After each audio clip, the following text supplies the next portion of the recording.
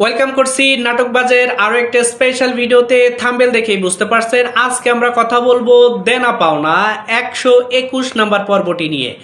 আশা করি আপনি এরই মধ্যে 120 নাম্বার পর্বটি দেখে ফেলেছেন। যারা যারা 120 নাম্বার পর্বটি দেখে ফেলেছেন তারা অবশ্যই জানিয়ে যাবেন 20 নাম্বার পর্বের অভিনয় নিয়ে আপনি কেমন এনজয় করেছেন, কেমন প্রত্যেকজনের অভিনয় এনজয় করেছেন সেই বিষয়টি কমেন্ট সেকশনে জানিয়ে যাবেন।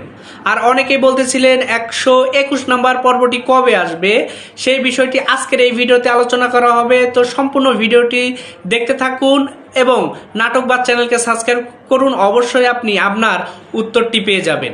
গত পর্বগুলোর একটু সামারি যদি আমরা করি তাহলে আমরা দেখতে পাবো গত পর্বগুলোতে যে বিষয়টি সবচেয়ে বেশি আলোচনা হয়েছে নিপা এবং খায়রুলের বিয়ে।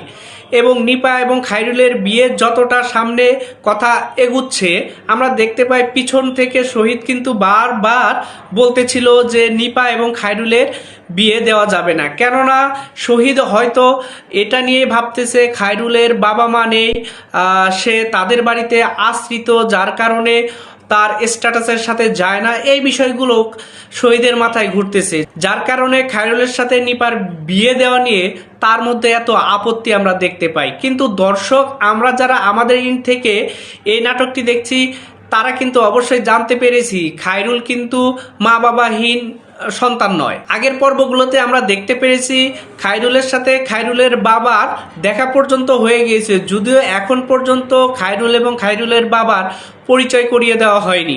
তো বুঝতেই পারছেন নিপার সাথে খায়রুলের বিয়ে হওয়াটা একদম সঠিক বলে আমরা মনে করি। তো যেহেতু পরিবারের সবাই চাচ্ছে নিপার সাথে খায়রুলের বিয়েটা হবে, তো আপনার কি মতামত যে বিয়েটা কি শেষ পর্যন্ত হবে নাকি শহীদ এসে এই সব কিছু প্ল্যানকেই ধ্বংস করে দিবে?